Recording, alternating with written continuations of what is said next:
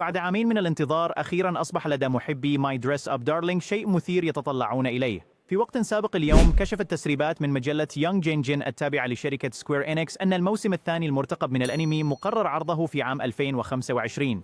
هذه الأخبار جاءت بعد الإعلان الأصلي في سبتمبر عام 2022 خلال حدث خاص للاحتفال بالأنمي.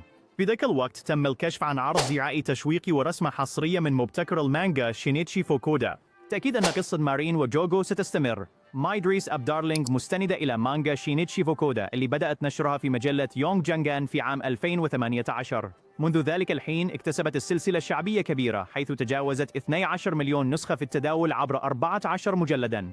عرض الموسم الأول من الأنمي اللي أنتجته كلوفر ووركس في شتاء عام 2022 وغطى المانجا حتى الفصل 39 من المجلد الخامس. بينما تبقى التفاصيل قليلة يمكن للجماهير توقع أن يبدأ الموسم الثاني من الفصل 40 من المانجا. مع توفر الكثير من المواد لتكييفها يعد هذا الموسم الجديد بمزيد من اللحظات الدافئة والتقلبات المثيرة بينما تستمر رحلة مارين وجوجو. بالإضافة إلى أخبار الأنمي فإن العدد القادم من مجلة يونغ جانغان الذي سيصدر رسمياً في 20 من ديسمبر عام 2024 سيطلق أيضاً مانجا فرعية مقتبسة من ماي دريس أب دارلينج. هذا يضيف المزيد من المحتوى الذي يمكن للمعجبين الانغماس فيه أثناء انتظار عودة الأنمي. الإعلان أثار الحماس في جميع أنحاء مجتمع الأنمي. العديد من المعجبين يشعرون بالفرحة أخيراً للحصول على فترة إصدار بعد انتظار طويل كهذا. مع تشكيل عام 2025 ليكون عاماً رائعاً للأنمي، من المتوقع أن يكون الموسم الثاني من ماي دريس أب دارلينج من أبرز الأحداث. ما اللي يثير حماسك أكثر لرؤيته في الموسم الثاني من ماي دريس أب دارلينج؟